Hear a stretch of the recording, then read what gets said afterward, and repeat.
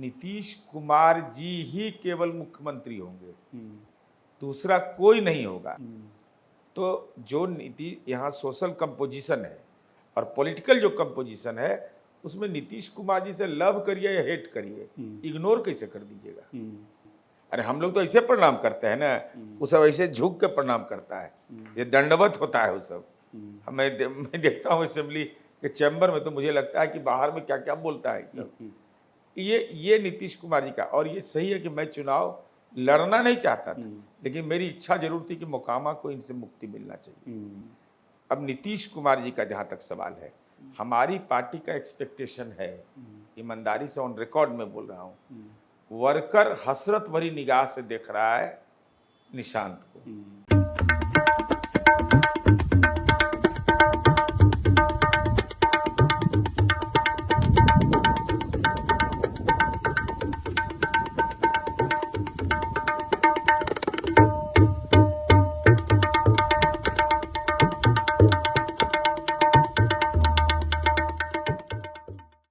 नमस्कार, स्वागत है आपका। बिहार चुनाव में जो सबसे बड़े प्रश्न है, यक्ष प्रश्न है कि नीतीश कुमार जो बिहार चुनाव में या बिहार में जो एक कांस्टेंट फिगर हैं, क्या वो चुनाव के बाद भी मुख्यमंत्री रहेंगे। सबकी दिलचस्पी इस बात पे है कि क्या बीजेपी महाराष्ट्र का मॉडल तो बिहार में नहीं अपनाएगी। प्रधानमंत्री की जो रैलियां हो रही है उसमें नीतीश कुमार हैं, प्रधानमंत्री लगातार नीतीश कुमार की तारीफ भी कर रहे हैं, लेकिन क्या नेतृत्व में चुनाव लड़ा जाएगा और विधायक दल के नेता भी नीतीश कुमार होंगे। ये सारे सवाल जेहन में हैं, तो हम इन सवालों को डिकोड करने की कोशिश करते हैं। हमारे साथ जेडीयू के प्रवक्ता नीरज कुमार जी हैं। नीरज जी, बहुत बहुत स्वागत है। सबके जेहन में एक सवाल है कि बीजेपी बिहार में महाराष्ट्र मॉडल तो इम्प्लीमेंट नहीं करेगी, नीतीश कुमार ही मुख्यमंत्री होंगे चुनाव के बाद भी। देखिए, ये केवल मीडिया के जेहन में नहीं है, बिहार वासियों के जेहन में है और विश्वास का मसला है। और ये बात मैं देख रहा हूँ कि लगातार ये बात आ रही है, नीतीश कुमार जी ही केवल मुख्यमंत्री होंगे, दूसरा कोई नहीं होगा। इसमें पूरी क्लैरिटी है। क्लैरिटी इसका संदर्भ देख लीजिए। 2005 में डिक्लेयर हुए, फरवरी में नहीं नवंबर के चुनाव में। उसके बाद लगातार नीतीश कुमार जी चीफ मिनिस्टर हैं और उनके नेतृत्व में चुनाव होगा। सक्सेस स्टोरी में उनकी भूमिका को अहम माना जा रहा है, तो लीडरशिप कैसे दूसरे को मिल जाएगा। नहीं, लेकिन ये वाला तो महाराष्ट्र में भी गया, लीडरशिप चुना हुआ शिंदे के, लेकिन मुख्यमंत्री बन गए देवेंद्र फडणवीस। अब देखिए, बिहार और महाराष्ट्र में बुनियादी अंतर कहाँ है। हमारे 43 एमएलएज 2020 में चुनाव जीते, मैं ऑन रिकॉर्ड बोल रहा हूँ। पहली बार भारतीय जनता पार्टी का लेजिस्लेचर पार्टी के नेता बदले गए। सुशील जी ने इस्तीफा दिया और एक अन्य मार्ग में चुनाव हुआ, जेडीयू के एमएलए एमएलसी की उपस्थिति में हुआ, और वहाँ पर रेणु जी और तारकिशोर जी को बनाया गया लीडर। उसमें जहाँ तक मुझे मेरा मेमोरी है, राजनाथ सिंह जी थे, धर्मेंद्र प्रधान थे, भूपेंद्र यादव जी थे, सारे लोग बैठे हुए थे। तो नीतीश जी ने कहा कि भाई आपको जिसको मुख्यमंत्री बनाना है बनाइए, हमको नहीं बनना है, क्योंकि हम और जिसको आप कहिएगा हम उसको समर्थन देंगे। पूरी क्लैरिटी के साथ 3 बार उन्होंने बोला।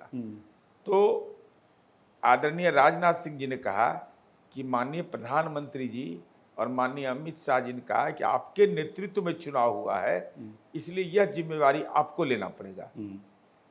तो 43 एमएलए था, कोई पॉलिटिकल ऑपरेशन हो पाया बिहार में? हमारे एमएलए टूटे। 2014 में मेरा 2 एमपी जीता, कोई अलग हुआ?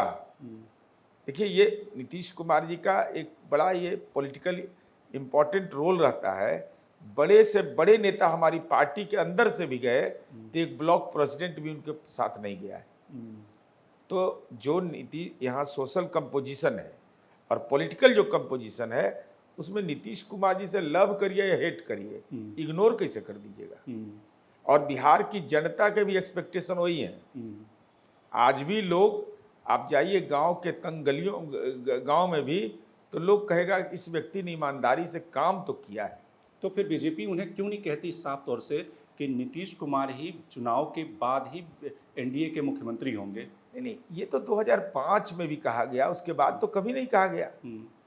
ऐसा तो कभी कोई फॉर्मल मीटिंग नहीं हुई कि मुख्यमंत्री नीतीश कुमार जी होंगे। लेकिन अमित शाह जब बार बार ये कहते हैं कि लीडरशिप में चुनाव हो रहा है, लेकिन उसके बाद विधायक दल की बैठक में वो प्रोसेस समझाने नहीं लगते नहीं, हैं। प्रोसेस यह है इसका कि जैसे विधायक दल की बैठक बुलाने का अधिकार स्टेट प्रेसिडेंट को होता है।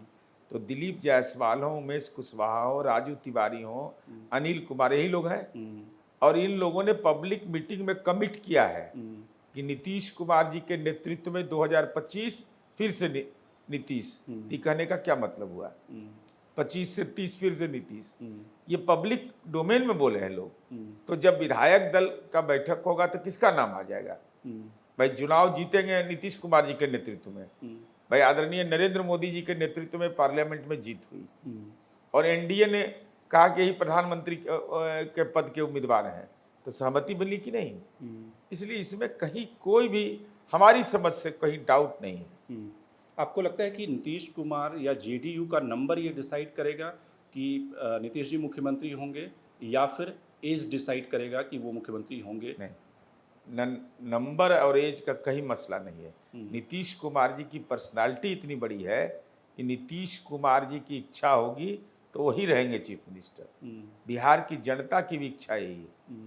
तो उनका स्टेचर डिसाइड करेगा, या नीतीश कुमार का स्टेचर है वो है कि मुख्यमंत्री बिल्कुल होंगे? स्टेचर है और मैंडेट भी आएगा। मैं बोल रहा हूँ कि जो पब्लिक डोमेन में जो हम लोग घूम रहे हैं, पब्लिक ओपिनियन जो मिल रहा है, उसमें नीतीश कुमार जी को लोग इससे परेशान हो जाते हैं। ये अगर थोड़ा सा मीडिया चला देता है कि नीतीश कुमार जी चीफ मिनिस्टर नहीं रहेंगे, सबसे ज़्यादा वैसे लोग परेशान हो जाते हैं जो हमको वोट नहीं देते हैं। उनको लगता है कि अब हमारी सेफ्टी का क्या होगा, रूल ऑफ लॉ का क्या होगा। ज़्यादा बड़ी परेशानी लोगों की यही है कि जो लोग वोट नहीं देते वही इनसिक्योर महसूस करने लगते हैं। इस तरह की कोई पॉसिबिलिटी आप देखते हैं कि नीतीश कुमार के कंसेंट से बीजेपी का सीएम हो और निशांत डिप्टी सीएम हो, या जेडीयू का कोई डिप्टी देखिए, सीएम हो? निशांत नीतीश कुमार जी का बेटा है और वो शालीन है। 5 उसने पॉलिटिकल स्टेटमेंट दिया है जो मास्टर स्ट्रोक है।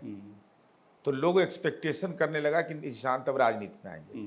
और यह भी मैं ऑन रिकॉर्ड ईमानदारी से बोल रहा हूँ कि जेडीयू का जो मास बेस है और वर्कर है, वो एकदम दिलो जान से बेचैन है कि निशांत पॉलिटिक्स में आ जाए। और जब उसको कंपेरेटिव आप देखिएगा तेजस्वी से, तो आपको लगेगा कि निशांत में ज़्यादा पॉसिबिलिटी है। लेकिन अब तक पॉलिटिक्स में एंट्री का कहीं कोई बात नहीं है। नीतीश कुमार जी का कंसेंट नहीं है, उनका बयान नहीं है। और मैं इतना जानता हूं कि बगैर नीतीश कुमार जी की अनुमति के निशांत कुमार उस दिशा में बढ़ नहीं सकता है। इसलिए नीतीश कुमार जी ही होंगे चीफ मिनिस्टर, इसमें कोई कन्फ्यूजन नहीं है। एक सवाल कि जब चिराग पासवान को 29 सीटें दी गई, तो जेडीयू का कैडर है उसमें उनके कार्यकर्ताओं में ये बात उनके दिल में उतर गई कि इस बार फिर से कहीं वो चिराग 2020 का मॉडल तो बीजेपी नहीं इम्प्लीमेंट कर रही है। तो अब चुनाव में वोट ट्रांसफ़र की एक बड़ी प्रॉब्लम हो रही है। अब चिराग पासवान को ये समझ में आ गया कि वोट ट्रांसफ़र नहीं होगा जेडीयू का, तो अब वो नीतीश जी के पैर छू रहे हैं। आपको लगता है कि अंत जाते जाते वोट ट्रांसफ़र वाली जो प्रॉब्लम है वो सॉल्व हो जाएगी? देखिए, 2020 का एक इंसिडेंट था, उसके बाद 2024 का चुनाव हुआ। तो एलजेपीआर को भी इस बात की फीलिंग है कि नीतीश कुमार जी के काम का क्या असर है। उनको एलआई पार्टी हमारा है, 29 सीटें मिली। और यह माने आपस में एक डिबेट में वर्कर में होता है, लेकिन चूंकि नीतीश कुमार जी को मुख्यमंत्री बनाना है, हमारी पार्टी का वर्कर यह कमिटेड है कि हमको नीतीश जी को एज ए चीफ मिनिस्टर देखना है। तो एलजेपीआर का उम्मीदवार हो या राष्ट्रीय लोक मोर्चा का हो, हम ईमानदारी से हमारे वर्कर काम करेंगे। और चिराग जी को भी इस बात का फीलिंग है कि नीतीश कुमार जी का जो पॉलिटिकल ऑरा है उसका इस्तेमाल तो बिहार में आवश्यक है। इसलिए उन्होंने क्लैरिटी के साथ कहा कि 2025 में नीतीश कुमार जी मुख्यमंत्री बनेंगे। 2030 में मैं अपना क्लेम करूंगा। अब वो तो खैर भविष्य के गर्भ में है। मैं एस्ट्रोलॉजर तो होने की क्या होगा कल। अब ये बताइए कि आप चुनाव लड़ना चाहते थे, अनंत सिंह को टिकट मिल गया। राजनीति में नीतीश जी हमेशा इस बात के पक्षधर रहे हैं कि राजनीति में एक शुचिता होनी चाहिए, एक ट्रांसपेरेंसी होनी चाहिए, प्रोबिटी होनी चाहिए। अब नीतीश जी की पार्टी से अगर किसी डॉन को टिकट मिल रहा है, तो ये तो लोग नीतीश जी पे लोग आरोप लगाएंगे ना कि ढलती उम्र में, उम्र के अंतिम पड़ाव पे नीतीश जी ऐसे लोगों को बढ़ावा दे रहे हैं जो कि डॉन, गुंडा, माफिया के नाम से लोग जिनको जानते हैं। देखिए, मैं 40 वर्ष से नीतीश जी के साथ हूँ, हम्म, और जब मैं उनसे व्यक्तिगत कन्वर्सेशन में जब बात करता था, तो मैं पूछता था कि आप मुख्यमंत्री के बारे में तो बोल देते कि हम नहीं बनेंगे, हम्म, तो वो बोलते थे कि मुख्यमंत्री तो हम बनेंगे जरूर। हम्म, कमिटमेंट लेवल था। हम्म, और यह भी साथ में ऐड करते थे हम्म, कि जब बनेंगे ना नीरज, हम्म, ऐसा इलाज करेंगे हम्म, कि जब हम हटेंगे तो हमसे कोई मिलने नहीं आएगा। उनके कहने का मतलब यह था कि ये लोग जो सोशल कंट्राडिक्शन है, अब जिनका आप नाम लिए, हम्म, नीतीश जी के एमएलए रहे, हम्म, 5 बार उनको जेल जाना पड़ा है, हम्म, 5 बार। हम्म, कोई मर्सी नहीं है। हम्म, ये लोगों ने एक्सपेरिमेंट करके बिहार में देख लिया है। हम्म, तो नीतीश कुमार, ये चूंकि अब अनंत सिंह की वाइफ पिछले बार फ्लोर टेस्ट में मदद की थी, हम्म, तो उसके चलते उसको टिकट मिला। हम्म, फिर कभी आरजेडी के साथ गया, कभी कांग्रेस से पार्लियामेंट का भी चुनाव लड़ा, उसकी वाइफ लड़ी, हम्म, या अपनी लड़ाई, मुझे स्मरण नहीं है। तो ये बार बार हुआ है। लेकिन सवाल एक बात का जरूर है, यह चिंता का विषय पॉलिटिकल वर्कर के लिए, हम्म, नीतीश जी के स्टेचर पर अंतर नहीं पड़ना है। हम्म, क्योंकि देखिए, दो है, ग्रैंड अलायंस और हम में अंतर क्या है। हम्म, हमारे यहाँ अगर एमएलए एमपी हो गए और गड़बड़ कीजिएगा तो जेल भेज देंगे, बिना एकदम मर्सीलेस नीतीश कुमार जी रहते हैं। आज की तारीख में भी हैं या थोड़ा सा डाइल्यूट ना हुआ ना है? ना, कोई सवाल ही पैदा नहीं होता है। अभी बहुत सारा एपिसोड है जिसमें कार्रवाई हो गई तुरंत गोपाल मंडल पर। देखिए एफआईआर हुआ कि नहीं, कितने लोगों पर एफआईआर हुआ, कोई बचाने वाला नहीं है बिहार में। अब सवाल है कि दूसरी तरफ ग्रैंड अलायंस है, वह उसको पॉलिटिकली ग्लैमराइज करता है। नीतीश कुमार जी यह नहीं काम करते हैं। आप तेजस्वी यादव का निकाल लीजिए, लीडर ऑफ अपोजिशन में जितना प्रेस कॉन्फ्रेंस है विधानसभा में, सब में पीछे रीतलाल यादव खड़ा है। लेकिन नीतीश कुमार जी के पीछे में नहीं, बैक में नहीं खड़ा हो सकते हैं क्रिमिनल बैकग्राउंड के कोई आदमी। अरे हम लोग तो ऐसे प्रणाम करते हैं ना, वो सब ऐसे झुक के प्रणाम करता है, ये दंडवत होता है वो सब। मैं देखता हूँ असेंबली के चैम्बर में, तो मुझे लगता है कि बाहर में क्या क्या बोलता है ये सब।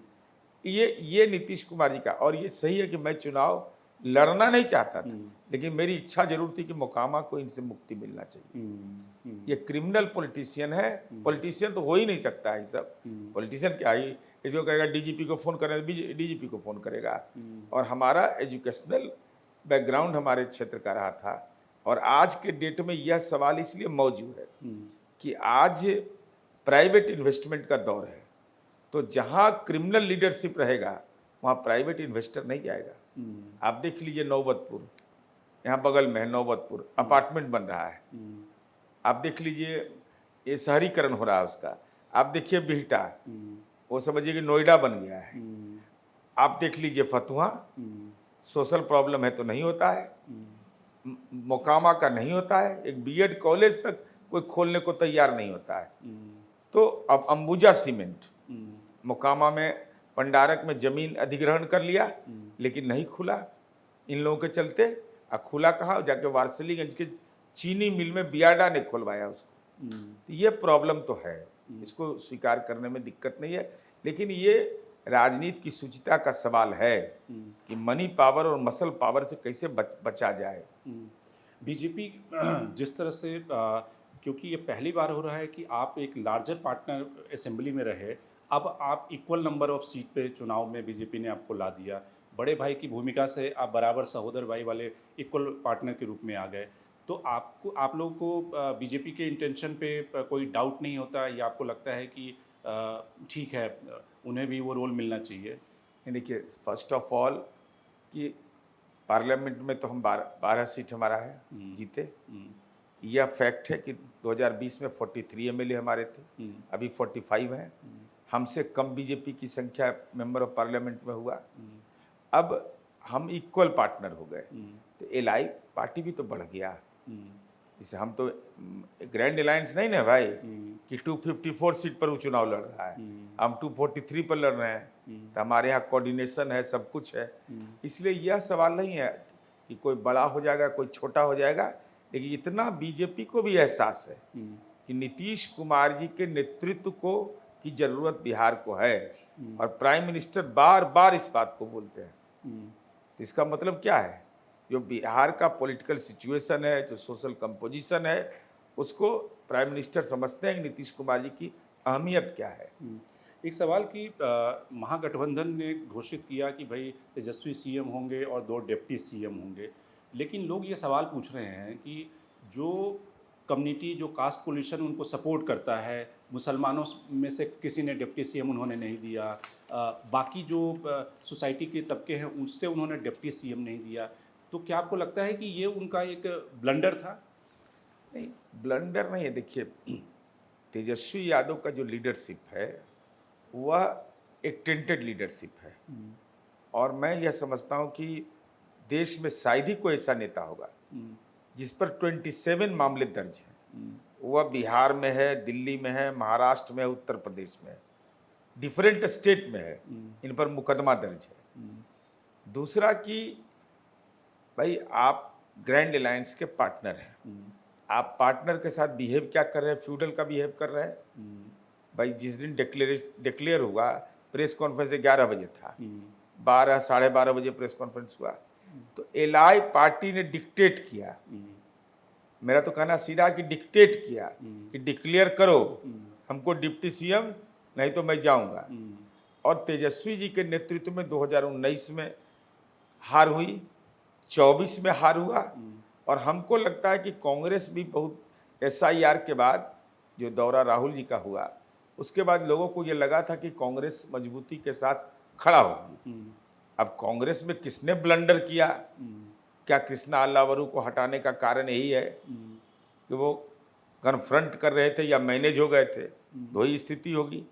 लेकिन जो ग्रैंड अलायंस का जो आपस का कोऑर्डिनेशन है वो बहुत ही बदतर स्थिति है। अब समझिए दीपांकर भट्टाचार्य का क्या स्ट्रक्चर है, तेजस्वी यादव का क्या स्ट्रक्चर है, और अभी भी इंडिपेंडेंट नहीं तेजस्वी यादव हुए हैं। बार बार तेजस्वी बोलते हैं कि ये लोग बार बार 1990 से 2005 की बात बोलते हैं। भाई तो अपने नॉमिनेशन में तो अपने माँ पिता को लेके जाते हो, तो लोग स्मरण किसे नहीं करेंगे।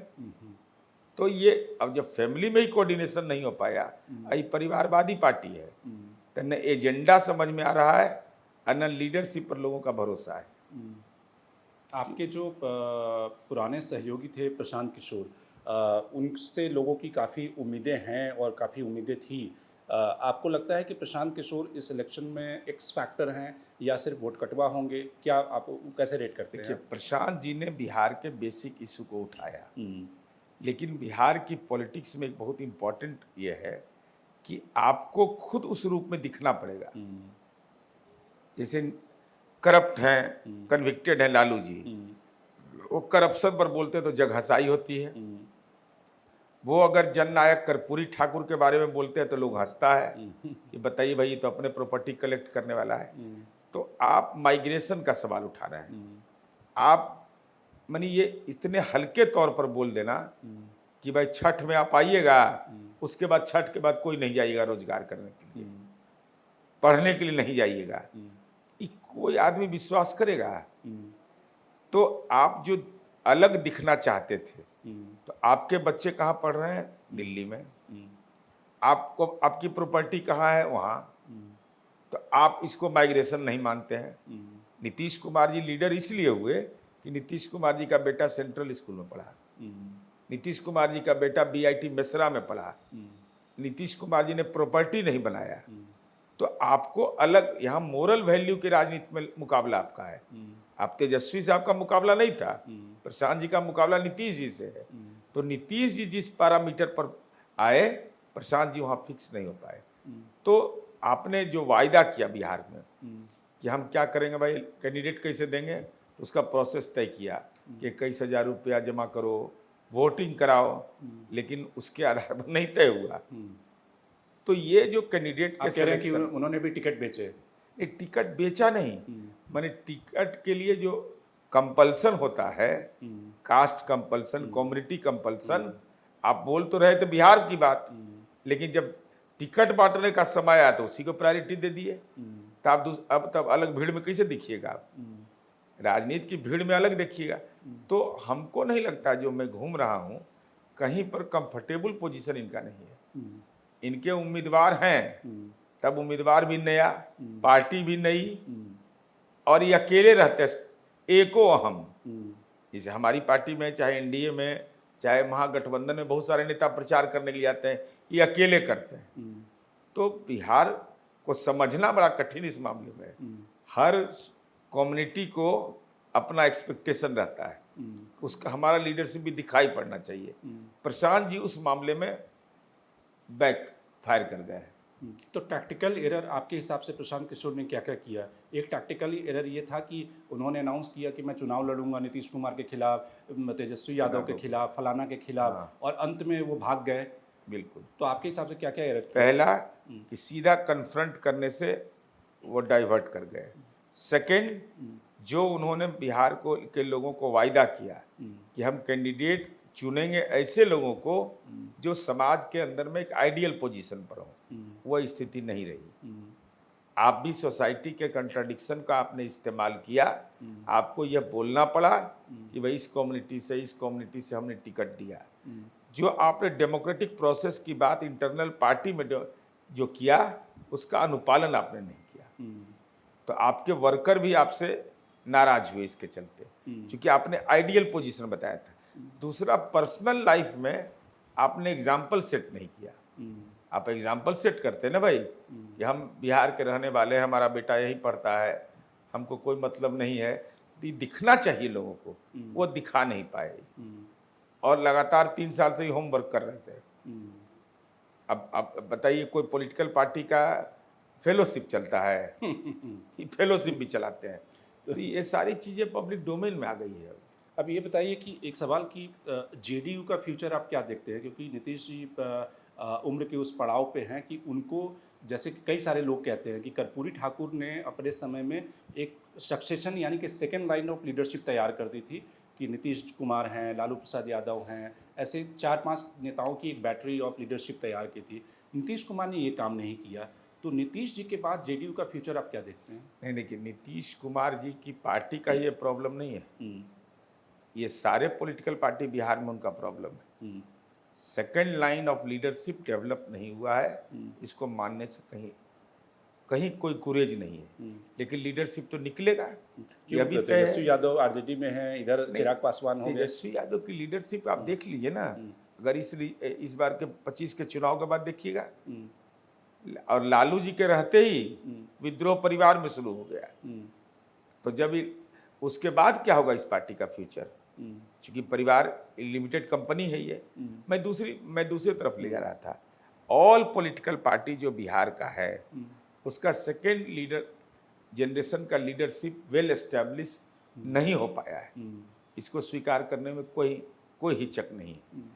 अब नीतीश कुमार जी का जहाँ तक सवाल है, हमारी पार्टी का एक्सपेक्टेशन है, ईमानदारी से ऑन रिकॉर्ड में बोल रहा हूँ, वर्कर हसरत भरी निगाह से देख रहा है निशांत को, लेकिन परमिशन नीतीश कुमार जी का मिल नहीं रहा है। वो खुद स्टैंड ले नहीं रहा है, इसलिए यह हो। लेकिन वर्कर से आप पूछिएगा, फीडबैक लीजिएगा, या जेडीयू के मास वोटर से भी, तो लोग निशांत को आशा भरी निगाह से देख रहे हैं। लेकिन निशांत ने न बोल रहा है, न उनके पापा बोल रहे हैं, यह प्रॉब्लम है। लेकिन हमको लगता है कि बिहार में जो सोशलिज्म की धारा है, समाजवादियों की एक धरती ये रही है, तो नीतीश कुमार जी की विचारधारा को बढ़ाने के लिए, तो नीतीश कुमार जी तो मास्टर स्ट्रोक वाले हैं, इनके दिमाग में क्या चल रहा है तो कोई बता नहीं सकता है। लेकिन पार्टी में वैक्यूम रहने देंगे, ये मुझे नहीं लगता है। एक सवाल जो बार बार लोग पूछते हैं कि जेडीयू में एक समय में जॉर्ज थे, शरद यादव और इस तरह के बड़े बड़े नेता थे। अब नीतीश जी के आसपास जो लोग हैं वो भुंजा पार्टी वाले लोग हैं। तो ये भुंजा पार्टी वाले लोग करते क्या हैं और नीतीश जी उनको कैसे उनकी बात सुनते हैं? देखिए, नीतीश जी के बारे में समझना हो तो आप जीतन राम मांझी जी के चीफ मिनिस्टर बनने का एपिसोड देख लीजिए। नीतीश जी किसको राज्यसभा भेजेंगे, उस एपिसोड को देख लीजिए। आरसीपी सिंह के एपिसोड को देख लीजिए। नीतीश कुमार का कोई राजदार नहीं है। यह तो बिहार की जनता भी और बिहार का वर्कर भी जानता है। और नीतीश कुमार जी को कोई कंट्रोल कर लेगा, ये किसी की औकात ही नहीं है। किसी को गलतफहमी नहीं नहीं, पानी चाहिए एकदम कि मैं नहीं। सबसे क्लोज हूँ। ना ना ना, वो तो जहां गलतफहमी पाले, ऊपर चढ़े और नीचे गिरने में देर नहीं लगेगा। लेकिन आपको पता नहीं चलेगा कि कब गिरिएगा। और गिर जाइएगा तब पता चलेगा कि हमारा ये हो गया। तो नीतीश कुमार जी का यह हाथ करता है ना, ये हाथ नहीं जानता है। तो ये कहना कि अब बताइए, जो भी पॉलिसी डिसाइड हुआ अभी, चाहे 10,000 रुपया महिला को देने का हो, 125 यूनिट बिजली फ्री रहने का हो, पत्रकारों के लिए हो, मुख्यमंत्री प्रतिज्ञा योजना इंटर्नशिप के लिए हो, ये किसका ब्रेन चाइल्ड है? तो नीतीश कुमार जी का है। और नीतीश कुमार जी जब डिसीजन लेते हैं, जैसे अभी टिकट वितरण हुआ, मैं आपको बता रहा हूँ, अपने से उन्होंने सबको सिंबल दिया। कल क्लेम कोई नहीं करे कि हम टिकट दिलवाएं। इस सब मामले में नीतीश कुमार जी बड़ा शार्प ब्रेन के हैं। होता है ना कि भाई हम, जिसे आप एडवोकेसी कर सकते हैं किसी का, नीतीश कुमार जी क्या, लेकिन डिसीजन उनका होता है। और एक वर्कर भी जाएगा, अगर मेरे खिलाफ हम बहुत क्लोज हैं और मेरे खिलाफ एविडेंस दे देगा कि भाई ये गड़बड़ी किए हैं, तो इलाज तो आपका कर देंगे, वो छोड़ेंगे नहीं। आप कहेंगे कि जाइए, आप जैसा किए हो सर, जाओ अपना करो, भोगो। अच्छा, तो ये जो लोग आरोप लगाते हैं कि बिहार को अब डीके टैक्स, प्रत्यय अमृत और फलाना, ये 3 लोग चला रहे हैं, 4 लोग चला रहे हैं। देखिए, ये जो लोग बोलते हैं ना, पूरा नाम बोलने में भी डरते हैं क्योंकि डिफेमेशन का मामला बन जाएगा। अरे भाई, ये सब चीज़ जनता के बीच अब नहीं चलता है। नीतीश कुमार जी को कोई डिक्टेट कर देगा, नीतीश कुमार जी किसी के कंट्रोल में रहेंगे, ये ऑल पॉलिटिकल पर्सन भी लोग जानते हैं पूरे देश के, और बिहार का चाहे ब्यूरोक्रेसी हो, मीडिया हो, सब लोग जानता है कि नीतीश कुमार जी का न कोई राजदार है, न नीतीश कुमार जी को कोई कंट्रोल कर सकता है। एकदम क्लैरिटी के साथ ये दिखना चाहिए। चलिए, बहुत बहुत धन्यवाद नीरज जी। और नीरज जी का कहना है कि नीतीश कुमार बिहार की राजनीति में कांस्टेंट बने रहेंगे। चुनाव परिणाम के बाद भी नीतीश कुमार ही मुख्यमंत्री होंगे, इसमें कोई अतिशयोक्ति, कोई इफ एंड बट का कोई सवाल ही पैदा नहीं होता। बहुत बहुत धन्यवाद।